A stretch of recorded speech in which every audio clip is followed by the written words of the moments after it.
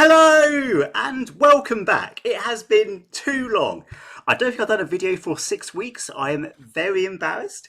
I mean, this is almost a proof of life video at this point. It's like my kidnappers let me do one a month to prove they haven't killed me yet. Do you still recognise me? It's me. I'm still the same guy. I don't know if you can tell with all the grey hairs. But anyway, getting back to it. So I've been quite busy, as you can probably guess. I am planning to get back into regular schedule, but it'll probably be a few more weeks. But for now, let's do another Napoleonic Wars Oversimplified. And because it's been so long, I actually had to go and rewatch the first video because I couldn't remember what happened. So that took us up to the end of the war of the Fourth Coalition against Napoleon. So that means we have three more coalitions, including the Seventh Coalition, which is the kind of final 100-day coalition after he escaped from exile on the island of Elba. Obviously, I'm sure we'll get to that later. But without any more from me, let's play the video. This video was made possible by Honey. Install now for free using the link below and start saving money when you shop online. I mean, I love Honey, so on that basis alone, and on the basis I love the Oversimplified channel, I fully endorse this product, despite having absolutely no idea what it is. So, I'm just hoping it's not an arms dealing company or something. Part 2. After the Third and Fourth Coalition Wars, Napoleon had decisively defeated all three of his main rivals on the continent, and he was now undoubtedly the master of Europe. After the Battle of Friedland, his enemies sued for peace, and they all met on a raft on a river for negotiations. They had been fighting for the past 4 years, but now Napoleon and Alexander surprisingly got along like a house on fire. They laughed together, they chatted long into the night, they kissed. The two had a lot of mutual respect, and Napoleon even told his wife that if Alexander were a woman, I would make him my mistress. What? Kind of a weird thing. He actually said that? Is this genuine, or is this something the Oversimplified channel is joking about? Because if that's genuine, then wow, like Napoleon, great on the battlefield, but some deficiencies in other aspects of his life, I'd suggest. Just say to your wife, Napoleon. Yeah. In the end, they came to an amicable agreement. So that's really interesting. The kind of the ideological justification of the Napoleonic Wars, insofar as it existed, was that France was spreading liberty and kind of modernity across Europe and replacing some of the more reactionary monarchies. Of course, that argument kind of falls apart when Napoleon personally meets the Tsar of Russia, the most reactionary monarchy in terms of the way the regime is run, and apparently falls in love with the guy. So I think it's pretty clear that by now Napoleon regarded himself as just another European monarch, not as some kind of actual revolutionary, insofar as he ever did regard himself as a revolutionary. Agreement. Russia would lose barely any land, and in return, they'd join France against the UK and invade Sweden. Win-win.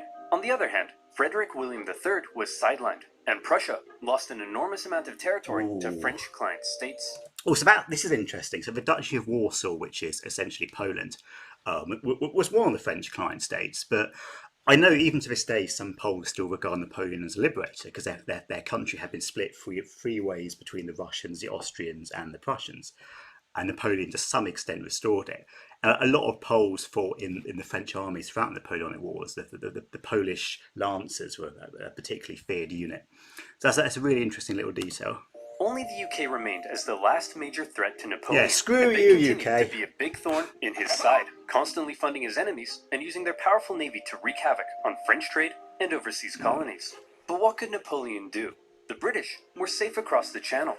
Well, he said, if I can't fight you with guns, I'll fight you with money. Earlier in 1806, Napoleon had announced the Continental System, a total shutoff of the UK from continental trade.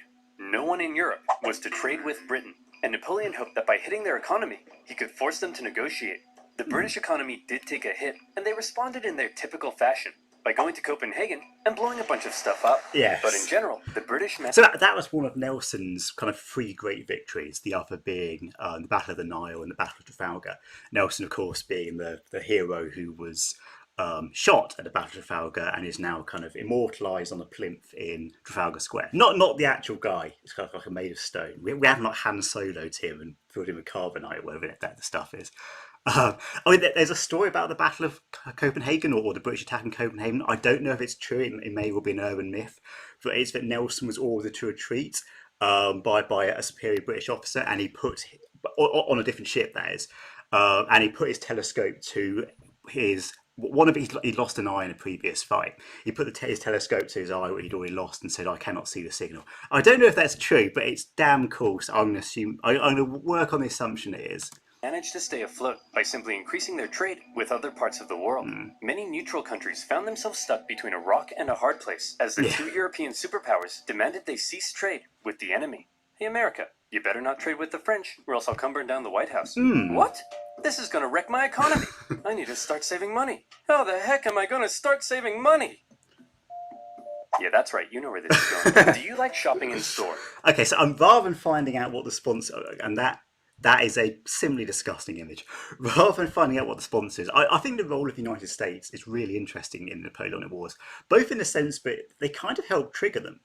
Because the American Revolution provided an inspiration for the French Revolution, and also the American War of Independence helped to bankrupt the French monarchy, thus providing the conditions for the French Revolution. But also, of course, America then becomes intertwined in the Napoleonic Wars because Britain tries to impose a trade blockade and impress American sailors and so on. And then America ends up. I mean, the War of 1812 is almost a sort of minor theatre of the Napoleonic Wars. So yeah, I think it's a really interesting. But America actually played a bigger role than a lot of people realise. And has found Oversimplified viewers over $403,000 in savings so far. So seriously, why haven't you added it to your browser yet, you dingus? Click on the link below, joinhoney.com/oversimplified, and you can get honey for free in 2 easy clicks. That's joinhoney.com/oversimplified to start saving money on your online shopping. You do that. Oh yeah. Making peace with the Russians, a continental blockade, and blowing up Copenhagen. Yes. Sick of being blown up for doing almost nothing, and under significant pressure from Napoleon, the Danish officially sided with France. But Napoleon's blockade had the biggest effect on continental Europe, who were now cut off from a major trading partner, one that controlled the seas and held a rich, growing empire. And a lot of countries didn't fully comply. Portugal, a traditional British ally, refused to take part. So actually, that's a really interesting point. So the Portuguese-British alliance is, I believe, the oldest continual alliance in the world, which is still in effect. I think it dates back to the 13th century. Obviously, that was with the Kingdom of England rather than Britain. But it got picked up by Britain during the Act of Union, and it's still in effect to this day. So if you're Portuguese, we got your back, mate. Don't mess with Portugal. No problem. Napoleon sent an army and invaded. But it wasn't just Portugal. Many of Napoleon's allies were also suspect. And so we're going to get into this later. The occupation of Spain and the occupation of Portugal are really key moments in the disintegration of both Portugal and Spain's Latin American empires. So they kind of set the stage for Latin America essentially to leave Portuguese and Spanish control and to form the Empire of Brazil and all the countries we know today. Your Majesty, it seems that Spain isn't properly enforcing your blockade. Spain? Why not? Well, it appears they've been trying to find a way out of being your ally since they lost their fleet at Trafalgar. What is with these people? It's almost like everyone's only pretending to be my ally because they know otherwise I'd beat them up. Do I even have any real friends? Are you my friend, Pierre? Say yes or I'll slap you. Napoleon had come to mistrust his ally to the south. And in particular, Napoleon thought the Spanish royal family were an incompetent mess. All right, Carlos. In fairness, he was right about that. You've got to get it together. How can I trust you when all you do is go hunting? Meanwhile, you let this ambitious nobody who dislikes me run the country. And you seem to be the only person in the universe who doesn't realize he's boinking your wife. Ooh. And what's worse, who the heck I want to see a Netflix series on this. Wow. I'm the king's son. I just overthrew my dad. So, actually, now I'm the king. You people are the biggest cluster of shameless, narcissistic idiots and all around just the worst people I've ever met. Here, have a Kid's Choice Award. French forces, many having conveniently already entered Spain to invade Portugal, occupied Spanish forts, and Napoleon invited the Spanish royals to France to help mediate their differences. Ah, yes. All right, we're here with the royal family of Spain. So, Fernando, you've been accused of plotting against your father and vying for the Spanish throne. What do you have to say for yourself? Well, Napoleon, I just think great. Well, I've got the test results right here.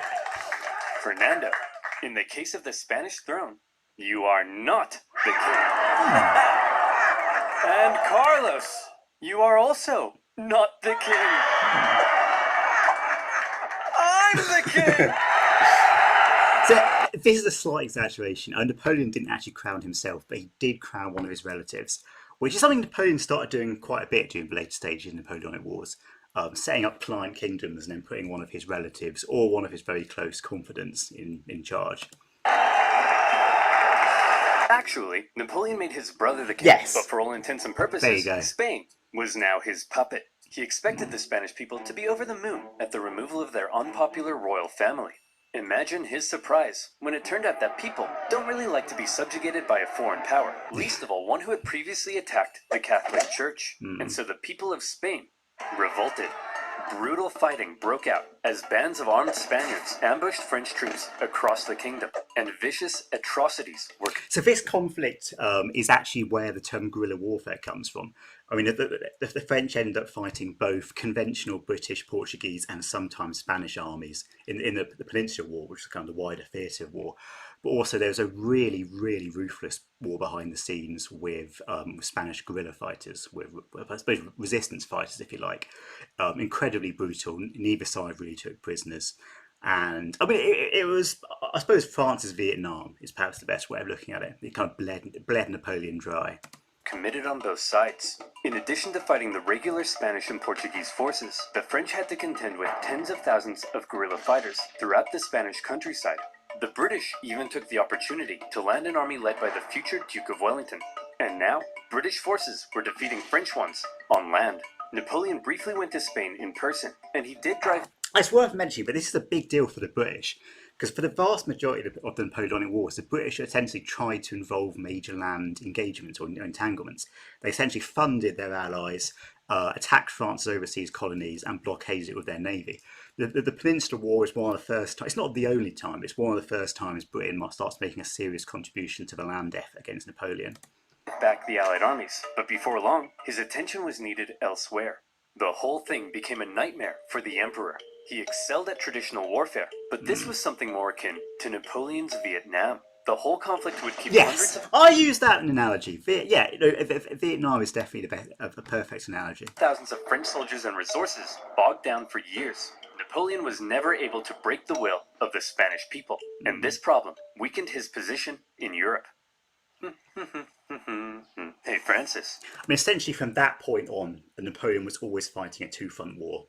As soon as he attacked anyone else, he was immediately fighting a two-front war. Want to go to war with Napoleon again? Oh, I don't know, Britain. He's already whomped me 3 times. Yes. I'll give you £1 billion. Well, okay. Seeing that Napoleon was now caught up in Spain, and with some British funding, Austria decided maybe, just maybe, this time, they'd have a chance. So did... Well, you've got to admire their tenacity. I mean, fair play. I mean, like they get knocked down, they get back up again. Honestly, there should be a song written about that. I think that song might actually be written about Austria, because this is what their fourth crack at Napoleon, despite having a series of quite embarrassing defeats. So yeah, good on you, Austria. Keep it up. Did they? No. Napoleon defeated them in just 4 months. It was quick, but it wasn't exactly easy. The Austrians had been watching Napoleon and learning, and they had made some reforms, while Napoleon, after years of war, was increasingly having to rely on inexperienced conscripts. So this time, the Austrians gave him a run for his money. The Fifth Coalition saw some of the bloodiest battles to date, including Napoleon's first major defeat, and when he did finally defeat the Austrians at the Battle of Wagram, it was a very costly victory. Ooh, still, Napoleon had yet again kicked Francis's butt, and as part of the peace... Perhaps the guy's just a masochist. I mean, like, who am I to judge? Peace terms, Austria lost a bunch more land. Not long after, however, Napoleon and Francis came to another agreement. It was decided that Napoleon would marry Francis's young daughter. But wait, doesn't Napoleon already have a wife? Well, yes, he did. Josephine and Napoleon had become quite fond of one another, but now that Napoleon was playing the monarch game, he needed a male heir, and his aging wife wasn't giving him one. So it was out with the old and in with the new. So you can clearly see how Napoleon has given up with any pretense of being a revolutionary leader at all, and he's acting just like any other European monarch. At least he didn't behead anyone. For Austria, they felt that if Napoleon was going to keep on winning, they may as well be on his side. Yes. So through the marriage, Napoleon got an alliance with Austria and a beautiful baby potato. Between the failing blockade against Britain, the ongoing war in Spain, and now his recent struggles in Austria, cracks in Napoleon's invincibility were beginning to show. But still, look at this map. Yeah. So blue, so beautiful. Even Sweden, after being pulverized by Russia, overthrew their king, and after an interesting chain of events, ended up putting one of Napoleon's own marshals in charge. Marshal Bernadotte took the name Karl Wow. Johann and became Crown Prince of Sweden, after agreeing to join Napoleon's continental system. For now, Sweden was Team France. I mean, this is literally Napoleon at the very peak of his power. I mean, bar some resistance in the Iberian Peninsula and bar not controlling Britain, he's the master of all of Europe. Napoleon was on top of the world. He had won an endless string of victories. All he had to do now was sit back and not make any major miscalculations that could completely Yes. turn the tide of war. So let's see, I see what where comes this is next. going.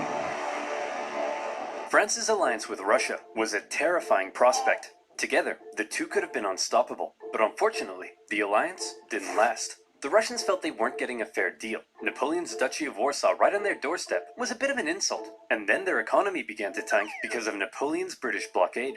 And eventually, they began to open up trade. Your Majesty, it seems Alexander is no longer abiding by the continental system and has begun trading with the British. Alexander? But he kissed me. He kissed you? You wouldn't get it, Pierre. No one would ever kiss you.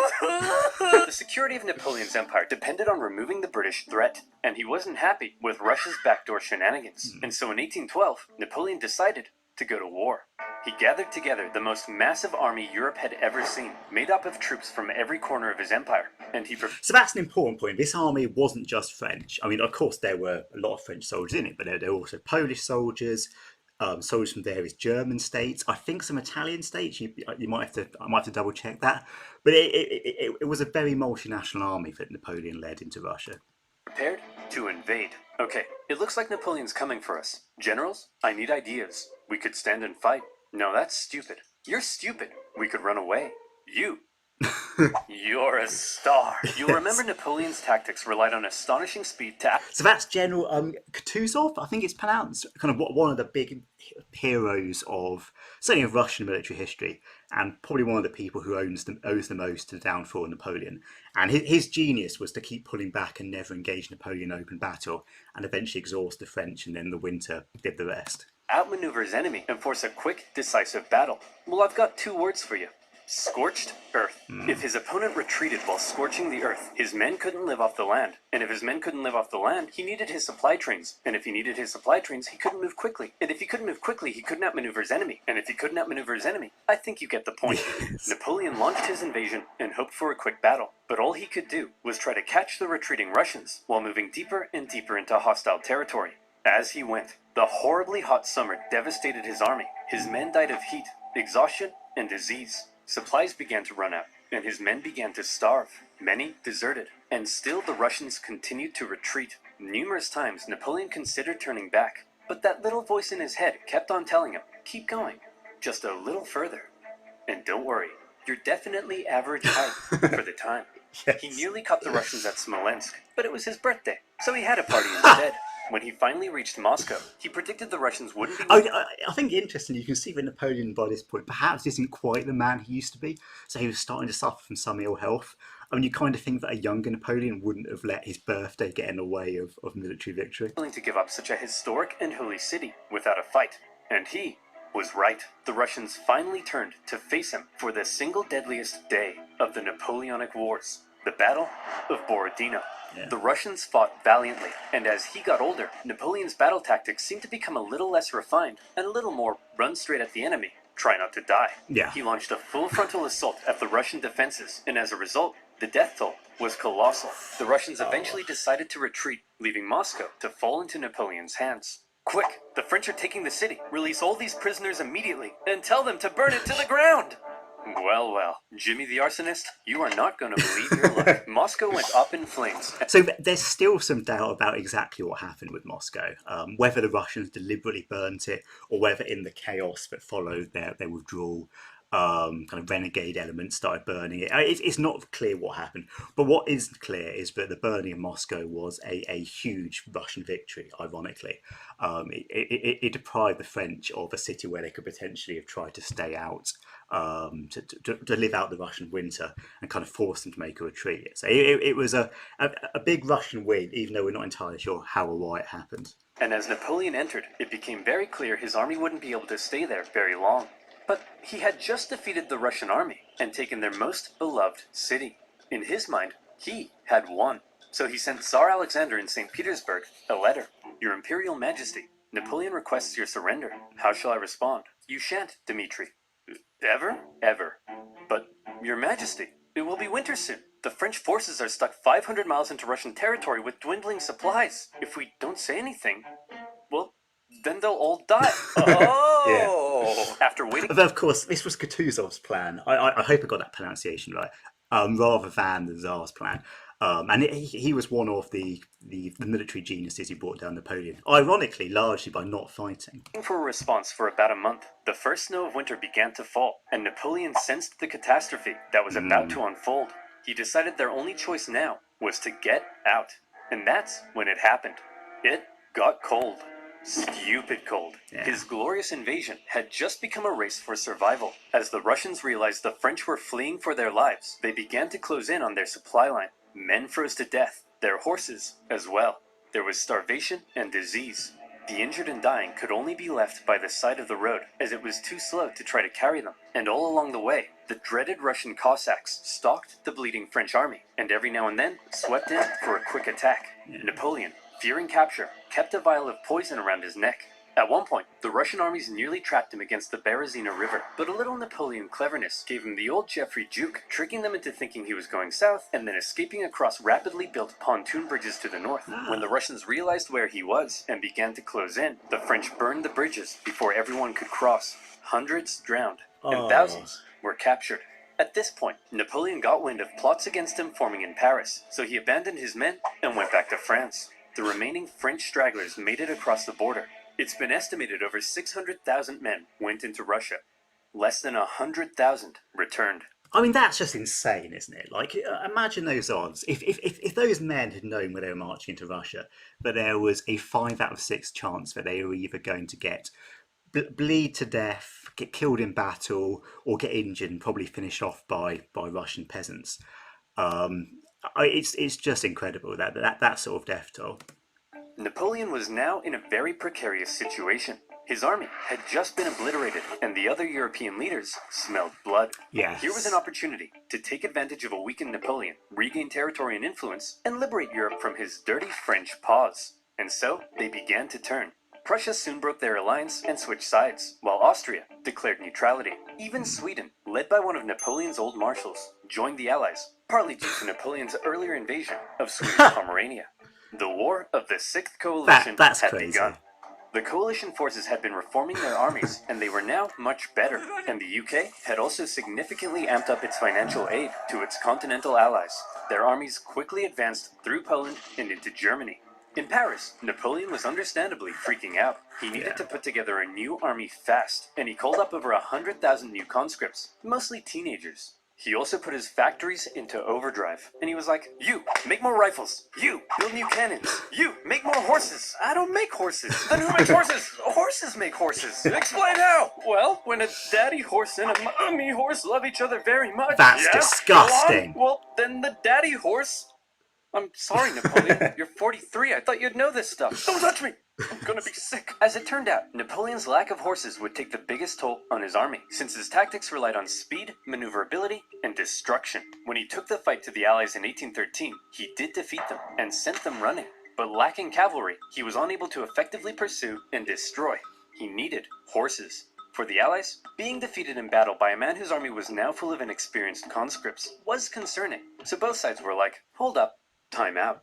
The Allies were somewhat cornered, and had Napoleon kept going, it's possible he could have won. But instead he agreed to a brief truce with the Austrians mediating between the two sides. When Austria demanded Napoleon make major concessions, Napoleon told them to shove it. Having had their terms rejected, Austria felt now they were justified in saying, well, we tried, and they joined the coalition. So the Austrians are having another go. Come on, Austria. I love this perseverance. Okay, everyone, look at us. The boys are back. It's a bit like me passing my driving test. Back together, but Napoleon is still dangerous. Crap, and taking a very, very long time. So we need a plan. Any ideas? Ooh, I know. No, forget it. That's stupid. No. I've got it! When he approaches we run away. So that's the Kutuzov plan, which by the sound of things is now being promoted by Napoleon's old marshal, who is now King of Sweden, which is just a mesmerizingly mad turn of events. Genius. He's a genius. The plan was as follows. Wherever Napoleon advanced, whoever he advanced on would avoid battle, allowing the others to sweep in from the sides and attack the French marshals guarding his flanks. Essentially, the plan was, don't try to fight Napoleon. And this plan worked tremendously. The Allies scored a number of victories that saw Napoleon move back to the city of Leipzig, where he would make one last major stand as the Allied armies converged in on him from all sides. The stage was set for the biggest and bloodiest battle of the Napoleonic Wars, the Battle of Leipzig. Almost 500,000 troops from over a dozen nations stretched across the battlefield. The French found themselves... I mean, sometimes this battle is called the Battle of the Nations for that very reason, because so many different countries were involved in fighting on all sides for 4 days against the Austrians, Prussians, Swedes, and Russians. It's no wonder this battle is also sometimes referred to as the Battle of the Nations. I just told you that! Oh, God, this is... There must be some copyright issues going on. I feel he's sort of not stealing my best lines so much, but repeating them after me in a way that makes it look like I've stolen them. And I find that very hurtful. Ferociously, but ultimately, were no match for the coordinated efforts of the coalition. At one point, in the midst of battle, Saxon troops allied with the French had a team huddle and were like, hey guys, I'm pretty sure the French are losing. Let's switch sides. And so they did. When it became clear that Napoleon couldn't win, he ordered a retreat across the only bridge over the river. The Allies swarmed into the city, and desperate fighting raged in the streets. Okay, Corporal, after everyone has crossed the river, I need you to blow up the bridge. Okay? Not before everyone's crossed. After. You got that? Yes, Colonel, I'm not 5. I can comprehend time. Good. Wait, did he say before or after? Well, fortune favors the bold. Oh. The bridge was blown early, and 30,000 French troops were stranded and captured. A disaster. And with that, the dominoes were beginning to come crashing down on Napoleon. In the south, an army under the British Duke of Wellington had been pushing the French out of Spain for the past few years, and were now crossing into France. Austrian armies had pushed into Italy, while Napoleon's old flamboyant cavalry commander, Murat, who Napoleon had made king of Naples, decided to switch sides. German states... Oh my God. So that's 2 of Napoleon's former top officers. One who he put on the Swedish throne and one on the throne of Naples. Both betrayed him. Seriously, this needs to be a Netflix series. Like, this would be amazing. Handful after years under Napoleon's thumb turned against him, and the Confederation of the Rhine collapsed. Bernadotte invaded Denmark, and they were forced to join the coalition, while the Netherlands were liberated. You'd think Napoleon might have seen the writing on the wall, but he was Napoleon, and so instead, he prepared to keep fighting. As attitudes in Paris were already beginning to turn against him, he called up more conscripts to defend the exhausted nation. As for the Allies, they weren't sure exactly what they were aiming for here. A few peace offers were floated that may have let Napoleon keep his position, but the British kept throwing around even more money, and eventually, they all agreed that the ultimate aim was the deposition of Napoleon entirely.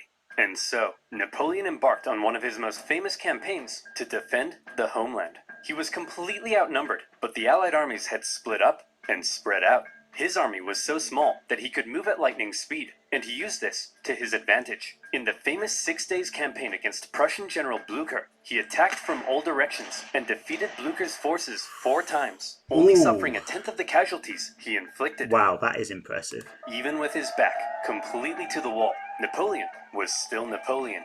Then he turned south to take on Schwarzenberg's army of Bohemia and enjoyed even more victories. However, Napoleon's problem was that he couldn't be everywhere at once, and wherever he wasn't, the Allies continued to push towards Paris. He made one last-ditch attempt at moving in behind the enemy lines and cutting off their communications, but Paris was in disarray, and the people were sick of war. One ambitious and slightly treacherous politician sent the Allied armies a letter basically saying, hey guys, come on in. And so, they did.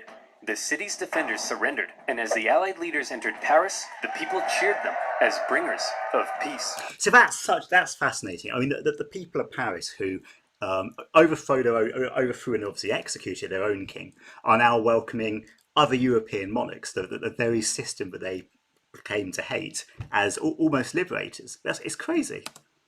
Paris had fallen. Quick, marshals, gather your men. We're gonna launch an assault on Paris. Where are my marshals? They all left, and told me to give you this note. Napoleon's marshals had realized what he hadn't. It was over, and they insisted all that was left now, for the good of France, was for him to abdicate. And without the support of his army, Napoleon had no choice. He hoped his son could take his place, but it was decided instead to restore the old Bourbon monarchy. Old King Louis XVI's brother would become the King of France. It was almost like the French Revolution had never even happened. And it's certainly in this respect, you can still see like the ideological element of the French Revolution. I mean, for the old powers of Europe, the French Revolution was a horrible, and Napoleonic Wars. For the old powers of Europe, the French Revolution was a horrible shock. And defeating it not just in terms of beating Napoleon, but in terms of actually restoring the old French monarchy, restoring the old status quo, was kind of their final victory over it. But what will we do with Napoleon? We can't have a hyperactive 44-year-old menace running around reigniting revolutionary ideals and plotting his return. Well, why don't we send him, I don't know. There. The location chosen for Napoleon's exile was the small island of Elba, just off the coast of Italy. Napoleon was to rule over the island, and even got to keep the title Emperor of Elba. The Allies must have been in stitches when they came up with that. When he learned what his fate was to be, he drank the poison he had been keeping around his neck. But it had gone out of date, so instead of a quick and painless death, he got a painful stummy-wummy instead. Before he left France, he addressed his oldest and closest guard one last time, making an emotional speech that ended with him kissing their flag. And off he went to exile. See, I wish modern politicians would do that. If I saw Boris Johnson French kissing the Union Jack, that would impress me.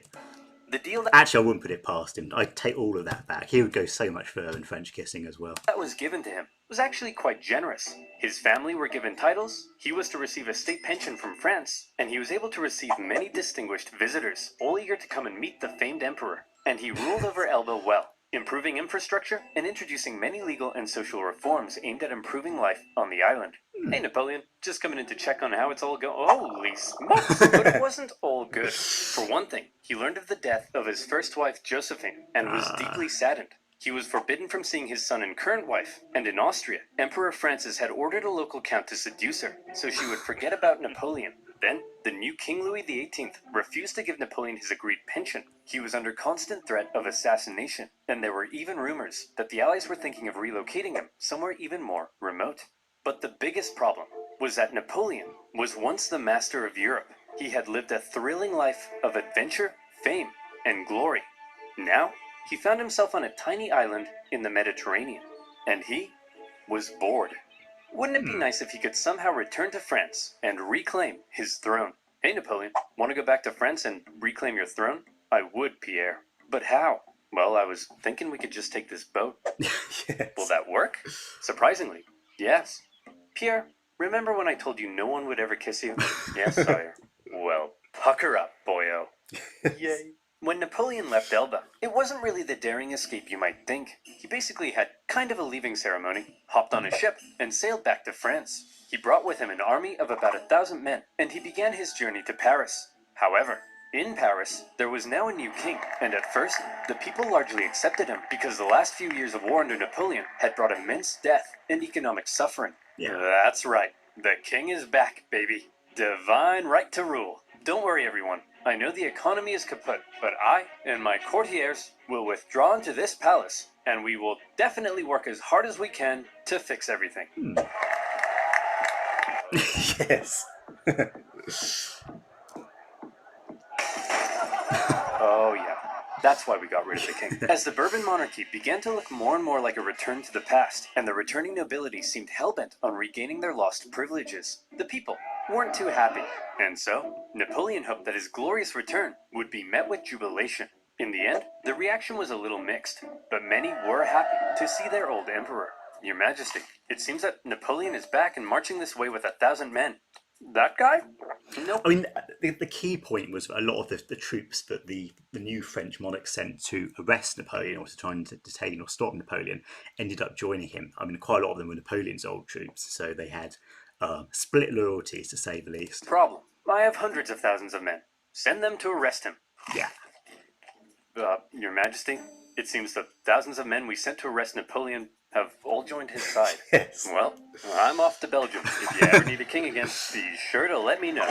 As Napoleon continued his journey, the king had sent battalions of men to stop him, but they largely comprised of Napoleon's old soldiers, many unhappy with King Louis's military reforms. And so, when ordered to arrest him, they simply couldn't do it. In one famous incident, the troops began to cry out, "Long live the Emperor." When Napoleon reached Paris, with King Louis having fled, he entered unopposed to reclaim his throne. Napoleon was back from the dead. Okay, everyone, now that we've finally gotten rid of that guy, let's try to make sure something like this can never happen again. What's that doing there? Hey, fellow monarchs. This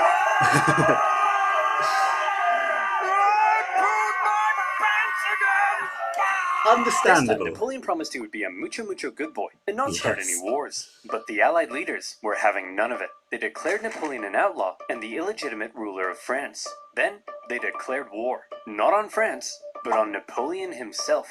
And when you have multiple empires declaring war on you as an individual, that's how you know you're a very naughty boy. I mean, this is the key point. So this is the War of the Seventh Coalition, or the 100 Days campaign.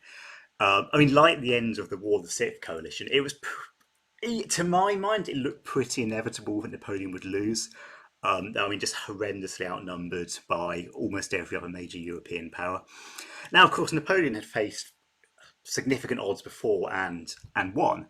But I kind of think the odds against him in the Seventh Coalition were just overwhelming. And thus, even if he won the Battle of Waterloo, and even if he then gone on to defeat Blucher's Prussians, I think he probably still would have ended up losing. But that's just my view. The Allied powers began making plans to combine their forces and once again invade France. The most immediate threat to Napoleon were the British and Prussians hanging out in nearby Belgium. If Napoleon could knock them out quickly, maybe he could force the Allies to negotiate, and maybe he could hold on to his power. Together, the two armies to the north outnumbered him, so he made a plan to divide them and take them on separately. Historians debate how much of a chance Napoleon had here, but this same strategy of dividing and conquering had worked for him multiple times. He marched north with 125,000 men and took on the Allies in a number of initial engagements, defeating the Prussians before turning to take on the British. But to Napoleon's dismay, miscommunication and hesitation among his marshals allowed both enemy armies to retreat, and crucially, rather than fleeing east, the Prussians moved north, where they could remain in contact with the British. Napoleon sent a force to hold off the Prussians as he moved in on the British, now holding a defensive position at Waterloo. It's worth mentioning that whilst Wellington's army was British-led and included a lot of British troops, it wasn't just British. It was kind of an allied army with lots of Dutch troops from a number of different German states. So it was a very multinational army that Wellington was commanding. Prussian General Blücher sent word that he would come to Wellington's aid if he could just hold off the French for long enough. Napoleon had to defeat Wellington before the Prussian army could arrive in force, and it was close. The British held the high ground and a number of key defensive buildings across the battlefield. After waiting some hours he didn't have for the ground to dry, Napoleon sent men to assault the Hougoumont farm, but the British-German garrison there held. I mean, there's a really famous painting. I think it's called "Closing of the Doors at Hougoumont." Look it up if you haven't seen it. It's basically kind of the British defenders desperately pushing out the French. And the holding of Hougoumont at this point was one of the key moments in the battle. Out. French Marshal Ney launched a number of miscalculated cavalry charges at the British lines. So this was slightly crazy. I mean, if you've seen the final season of Game of Thrones, in the Battle of Winterfell, where they just charge randomly at the zombies for no apparent reason, that's pretty much what Ney did at Waterloo, because it made no sense. The British just formed square and easily beat them back. The British formed defensive square formations, and they tore the French cavalry to shreds, while one guy chose the absolute worst time to go on a bender. The French did manage to capture a farmhouse directly in front of the British line, and from there, they unleashed artillery hellfire on the British square formations. And as Napoleon sent his Imperial Guard in to finish the British off, a nervous Wellington knew his lines were at breaking point. But the Prussians had earlier begun to arrive, and now they were arriving in large numbers. And after the British held out and sent the French Imperial Guard running, the French lines panicked, fearing they had been encircled, and they began to flee. The Battle of Waterloo was an Allied victory. And with that, Napoleon's hopes of returning to glory were vanquished. He knew he was defeated. He went to the British and said, "Can I please have a house near London?" And the British replied, "No." Instead, to make sure Napoleon was put away once and for all, they sent him to one of the most isolated and remote places they could think of. a tiny island in the Atlantic Ocean, St Helena. Here, a deeply isolated and depressed Emperor Napoleon would live the remaining years of his life. His house was a wooden bungalow, not exactly on par with the Tuileries Palace. Much to his frustration, his captors referred to him as General, rather than calling him Emperor. His mail was censored, his visitors were vetted. There was almost no way he could escape such an isolated island. But just to be sure, he was guarded by 2,000 British soldiers and 2 ships that circled the island 24 hours a day. He had once been... That's like a final... It's almost an act of respect to say this guy's so dangerous we have to have 2 ships circling the island constantly to stop him escaping. The most powerful man alive, and images of the victorious Napoleon depict a strong leader, hand firmly in jacket. Depictions of Napoleon on St Helena show a disheveled old man, hand firmly in pants. He had lost everything. And by the way, he was only 46, so maybe it's about time you know what? You're doing all right, kid. Napoleon fought one last battle while on the island. The battle for his reputation. He spent hours writing his memoirs, espousing his achievements, recording his greatness, and turning himself and his story into a phenomenal legend. And in this battle, he certainly succeeded. His mark on history cannot be denied. After his defeat, the European monarchs had got to work restoring Europe to its traditional balance and reasserting their dominance. But after Napoleon had spread the influence of the French Revolution, these returning monarchs would have a difficult time regaining their absolute control. France returned to the rule of the Bourbons, but it would go on to stage another revolution, and then another one. Of course, by breaking up the Holy Roman Empire, Napoleon arguably laid the foundation for the formation of modern Germany. Later on under Bismarck. Reaction to Napoleon's rule in places like Germany and Italy propelled forward the ideas and feelings of modern unity and nationalism, and his Napoleonic Code still remains the basis of law in various modern countries. The modern world owes a lot to Napoleon's legacy. He remains statistically possibly the greatest military general in history, and his revolutionary military tactics changed the face of warfare. He was the last truly great leader to both lead his armies in battle while retaining total political control over a vast empire. There's still hope for Joe Biden, but the man remains somewhat of an enigma, and we still... So, I mean, it's a really interesting question as to, was Napoleon a force for good or ill? I lean towards ill. I think that the wars he created were so destructive that they were more destructive than what would have been created by the old order he tried to replace. But there is an argument that in certain ways he did spread some enlightened values to some parts of Europe. Anyway, I will say no more. You can argue about it in the comment section, or possibly meet outside it in a pub car park. And discuss it with your fists. We aren't sure exactly what to make of him in some regards. Was he the champion of the French Revolution, spreading equality wherever he went, or did he betray it by making himself an absolute monarch and restricting certain liberties? Was he an ambitious and aggressive conqueror, hell-bent on bringing Europe to its knees? Or was he simply defending himself against an aggressive Europe, hell-bent on reducing his power? Some things will continue to be debated. Napoleon, in the comment section or the pub car park, died at the age of 51, officially of stomach cancer, but some believe he may have been poisoned. The British buried him in it. So this is really interesting. So there has long been a theory that Napoleon was poisoned. I mean, I don't know. It seems a bit odd to me. I mean, surely if the Allies wanted to kill him, they could have killed him right after Waterloo, after the 100 Days campaign. I don't understand why they'd need to wait to poison him. But I may be wrong. Obviously, this guy had already escaped once from Elba, maybe not taking any chances. Tin coffin inside a mahogany coffin, inside a lead coffin, inside another mahogany coffin. It's like it's a vampire. Like, if someone opens that, that's going to trigger like the next Mummy film, isn't it? It's going to be horrible. I guess this time, they wanted to make sure he stayed where they put him. Yes. In 1840, his remains were moved to Paris, where they now rest under the dome of Les Invalides. The man from humble origins, with huge ambition, ruthless determination, immaculate skill on the battlefield, and a hefty dose of luck, who was determined to make his mark on history, did just that. There is no immortality, he said, but the memory that is left in the minds of men. And in that sense, Napoleon knew he would live on forever. Oh, and to reiterate, he was definitely average height for the time. So that was really, really well done. I really enjoyed that. I don't know why I waited so long for making videos. It's great fun. But yes, I mean, it's interesting, Napoleon's legacy. I mean, in France, he's still seen as a national hero. In Britain, he's seen as essentially a kind of blood-soaked tyrant who the British are proud of stopping. Almost a kind of, not at the same level as Hitler, but in terms of wanting to conquer Europe, being of the same cloth. And in other parts of Europe, opinion of him varies from country to country. So his legacy is really, really interesting. But I hope you found that interesting. I certainly did. I hope you accept that Napoleon was average for his, what was it, average for his time of life. We all accepted that, and I hope to see you for next video in 6 weeks' time when my hostage takers next let me do a proof of life. So thank you very much, and goodbye.